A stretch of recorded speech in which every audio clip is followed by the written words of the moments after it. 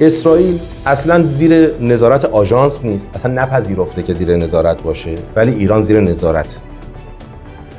اسرائیل جزو NPT نیست، ولی ایران جزو NPTه، جزو اولین اعضاست.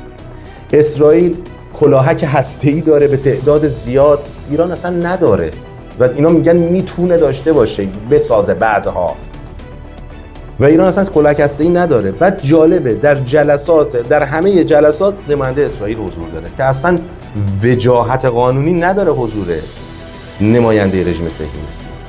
خب دنیایی که همه این قوانین رو خودش نوشته، دنیایی که اصل 51 رو خودش نوشته، دنیایی که آژانس از دل قانونهای خودش در اومده، ببینید به نفع خودشون قش میکنن. یعنی هر جا منافع غرب هست، قانون غرب هم هست. خودشون هم میدونن یک اتوماتیسمی داره رخ میده که این قدرت به شرق برخواهد گشت و از همین میترسن.